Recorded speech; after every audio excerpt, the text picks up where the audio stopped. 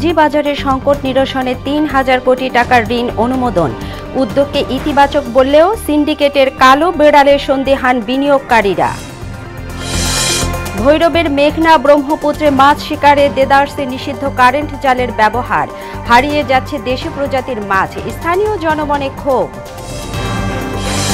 মানিকগঞ্জের ধলেশ্বরী নদীর সেতু সংস্কারে ধীর গতিতে দুর্ভোগে লক্ষাধিক মানুষ। দ্রুত কাজ শেষ করার দাবি, ব্যবস্থার আশ্বাস নির্বাহী প্রকৌশলী। এবং হিমালয় কন্যা পঞ্চগড়ে বাড়ছে শীতের তীব্রতা। দিনের তাপমাত্রা সামান্য বাড়লেও কমছে রাতে। ভোগান্তি বেড়েছে খেটে খাওয়া ছিন্নমূল মানুষের।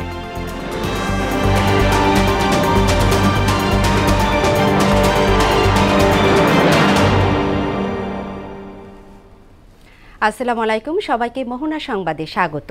আপনাদের সাথে আছি তাবশিরা লিজা। এতক্ষণ শিরোনাম শুনছিলেন, এবার বিস্তারিত। পুঁজিবাজারে তারল্য সংকট নিরসন ও বিনিয়োগ সক্ষমতা বাড়াতে ৩,০০০ কোটি টাকার ঋণ অনুমোদন পেয়েছে রাষ্ট্রায়ত্ত বিনিয়োগ প্রতিষ্ঠান আইসিবি। এমন উদ্যোগকে প্রাথমিকভাবে ইতিবাচক হিসেবে দেখলেও বাজারের কালো বেড়াল নিয়ে সন্দিহান বিনিয়োগকারীরা। আর অর্থনীতিবিদ অধ্যাপক শাহাদত হোসাইন সিদ্দিকী মনে করছেন, খেলাপি ঋণ আদায়ে কঠোর না হলে এই উদ্যোগ কোনো কাজেই আসবে না।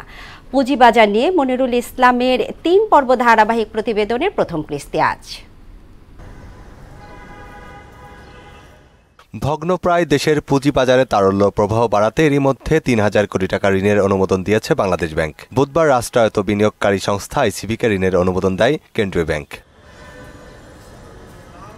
ঋণের বিপরীতে বছরে সুদহার হবে 10%, যা এই মুহূর্তে দেশের আমানত ও ঋণের সুদহারের চেয়ে বেশ কম। যদিও মূল্যস্ফীতির লাগাম টানতে সময়ে সময়ে বৃদ্ধি পাওয়া কেন্দ্রীয় ব্যাংকের বর্তমান নীতি সুদহার হচ্ছে 10%। আইসিবিকে দেয়া ঋণের জামিনদার হয়েছে সরকার।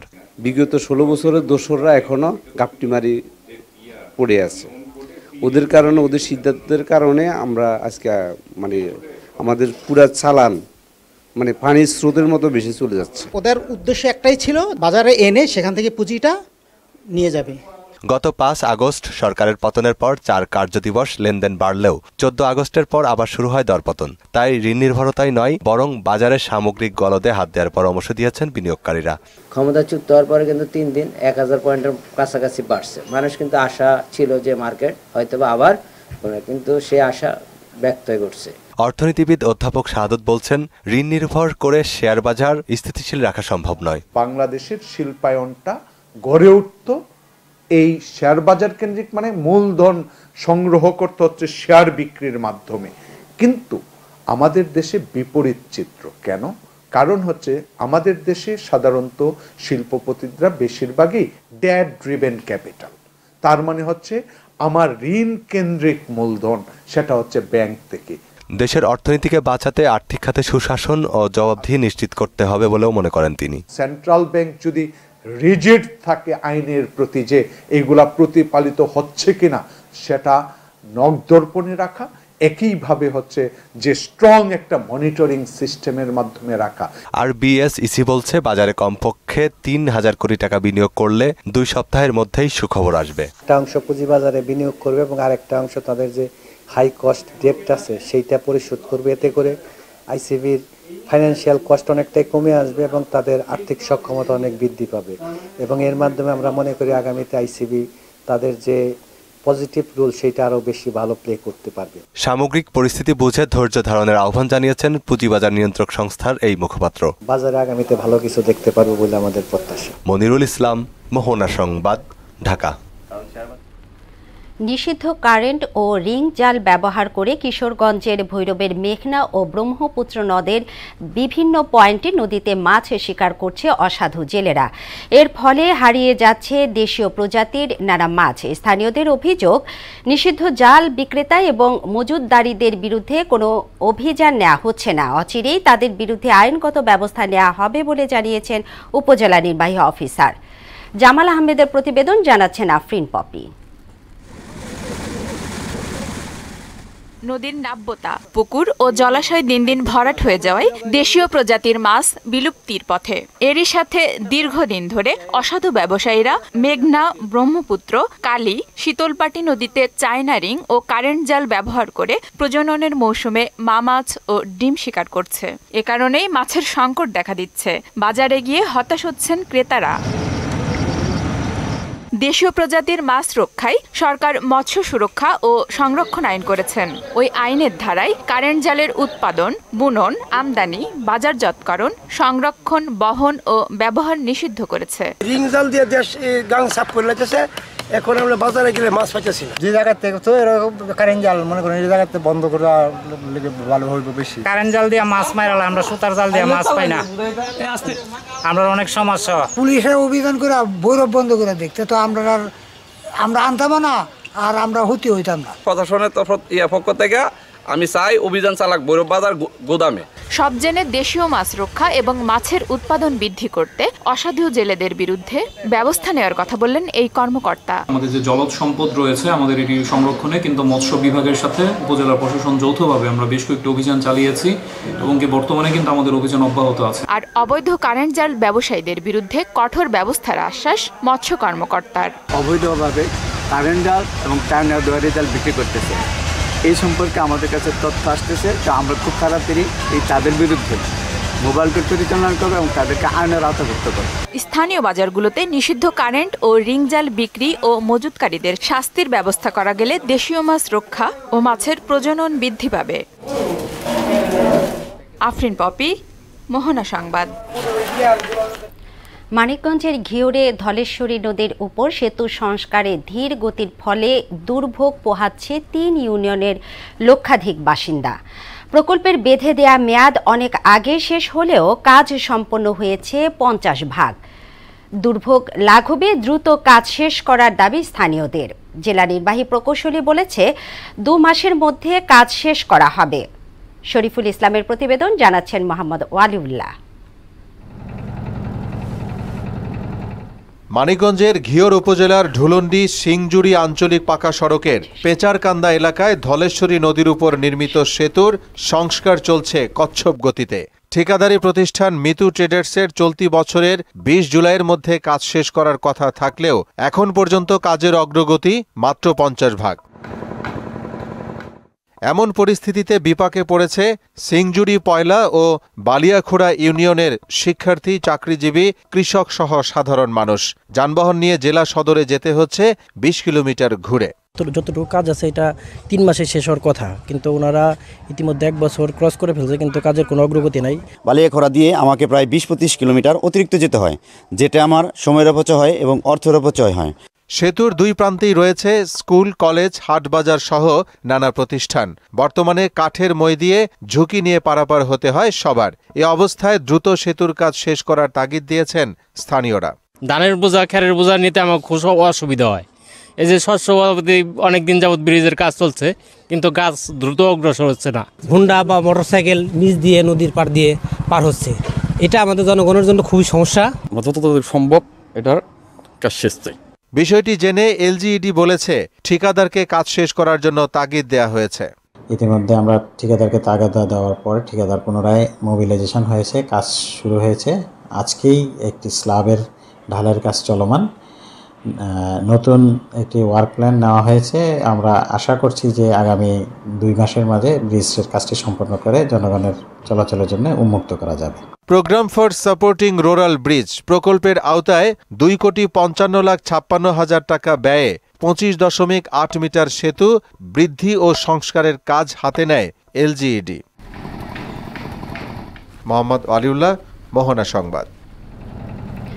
হিমালয় কন্যা পঞ্চগড়ে বাড়ছে শীতের তীব্রতা। দিনের তাপমাত্রা সামান্য বৃদ্ধি পেলেও কমছে রাতের তাপমাত্রা। গেল ৩ দিন যাবৎ ঘন কুয়াশা না থাকলেও কনকনে ঠান্ডায় জরাজীর্ণ এই অঞ্চলের জনজীবন। শীতের দাপটে কাবু হয়ে পড়েছে এই অঞ্চলের মানুষ। ভোগান্তি বেড়েছে খেটে খাওয়া এবং ছিন্নমূল মানুষের। দর্শক, এই নিয়ে আরও জানাতে পঞ্চগড় থেকে সরাসরি যুক্ত হচ্ছেন সহকর্মী জামিল চৌধুরী ডলার। জামিল, ইতোমধ্যে পঞ্চগড়ে বেশ শীত পড়েছে, কেমন দেখছেন আজ শীতের পরিস্থিতি বা শীতের সকাল?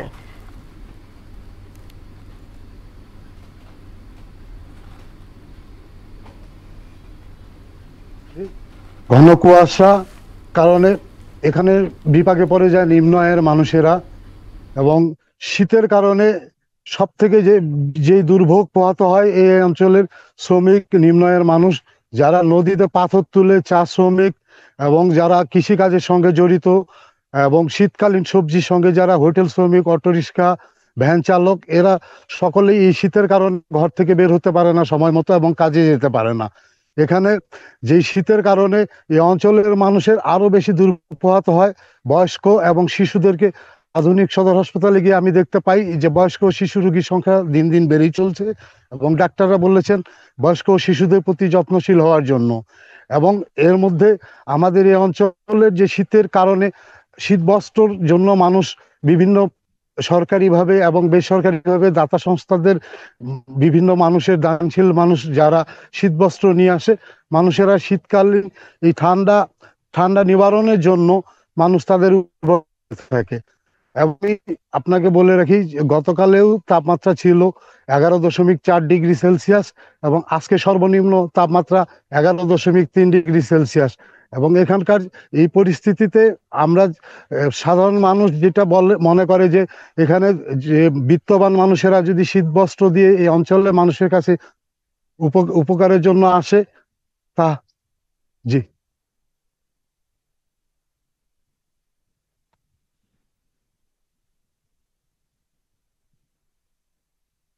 জি জি থ্যাংক ইউ। আসসালামু আলাইকুম।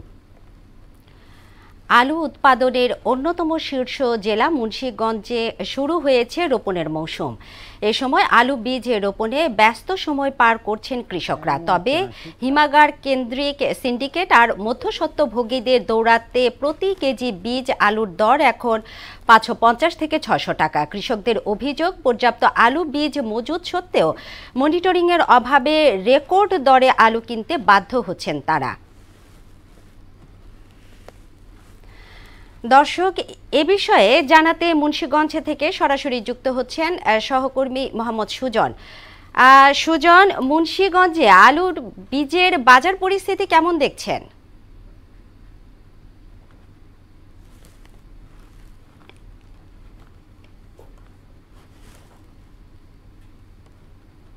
রেকর্ড পরিমাণে যে আলুর দাম, সে দাম নিয়ে কিন্তু হিমশিম খেতে কৃষকদের। আমি কথা বলেছিলাম কৃষকের সাথে, তারা যেমনটি বলছেন যেহেতু গত বছর যে আলুর রাস্তা ছিল বীজ আলু, সেখানে 13,000 থেকে 14,000 টাকা, সেই আলু কিন্তু বিক্রি হচ্ছে 26 থেকে 27,000 টাকা বাক্সতে বিক্রি হচ্ছে। অন্যদিকে যদি বলি আপনার যে কলেস্টোরের যে বীজ আলু রাখা রয়েছে, সেই আলু কিন্তু তারা কিন্তু যে কি রকম পরিমাণের আলু রয়েছে সেই বিষয়ে কৃষকের সাথে কথা বলবো যে এবার কি রকম আলু আছে আর কি বর্তমান বাজার কিরকম পরিস্থিতি। আলু সংকট আছে, এই হিসেবে বলতে গেলে দাম পৌঁছে তেলটা অবশিষ্ট এখন 10,000-12,000। এখন তার ভিতরে এখন অনেকের বিচনের বদলে খাওয়ার আলু এগুলো এখন লাগানো হচ্ছে। এটা আপনার দাম বাড়তির কারণটা কি মনে করছে? এটা আমাদের কৃষক থেকে ক্রয় করা হয়, তারপর ক্রয় করা হয় 3,100 টাকা প্লাস কিছু টাকা, 25 টাকা আমাদের কিনে আলু। আর আলু এখন সংকট, সংকট আছে। ধন্যবাদ। যেমনটা আপনি শুনলেন, যেহেতু যারা কৃষক রয়েছেন তারা কিন্তু এখনো খাবার যে আলু রয়েছে সেই আলু কিন্তু জমিতে রোপণ করার জন্য ব্যস্ত সময় পার করতে বা চিন্তা ভাবনা করছেন। অন্যদিকে কথা বলছিলাম জেলা প্রশাসকের সাথে, তিনি যেমনটি জানিয়েছেন যেহেতু বাজার মনিটরিং এর বিষয়টা কিন্তু তারা সবসময় যারা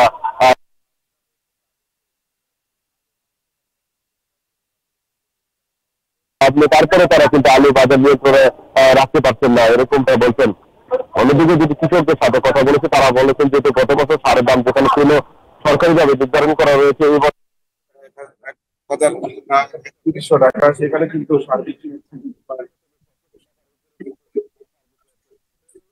মুন্সিগঞ্জ থেকে আলু বিক্রয়ের সর্বশেষ পরিস্থিতি।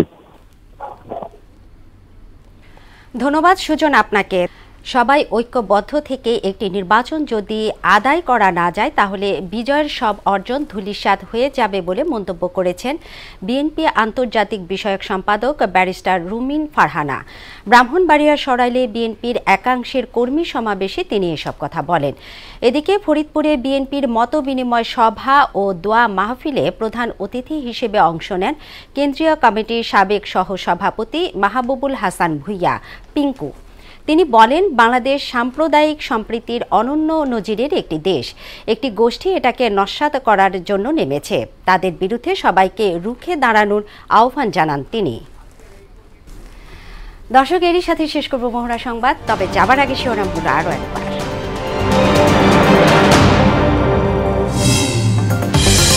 পুঁজিবাজারের সংকট নিরসনে ৩,০০০ কোটি টাকার ঋণ অনুমোদন। উদ্যোগকে ইতিবাচক বললেও সিন্ডিকেট নিয়ে সন্দিহান বিনিয়োগকারীরা। ভৈরবের মেঘনা ব্রহ্মপুত্রে মাছ শিকারে দেদারসে নিষিদ্ধ কারেন্ট জালের ব্যবহার। হারিয়ে যাচ্ছে দেশি প্রজাতির মাছ, স্থানীয় জনমনে ক্ষোভ। মানিকগঞ্জে ধলেশ্বরী সেতু সংস্কারে ধীর গতিতে দুর্ভোগে স্থানীয়রা। দ্রুত কাজ শেষ করার দাবি, ব্যবস্থা নেয়ার আশ্বাস কর্তৃপক্ষের। এবং হিমালয় কন্যা পঞ্চগড়ে বাড়ছে শীতের তীব্রতা। দিনের তাপমাত্রা সামান্য বাড়লেও কমছে রাতে। ভোগান্তিতে খেটে খাওয়া ছিন্নমূল মানুষ।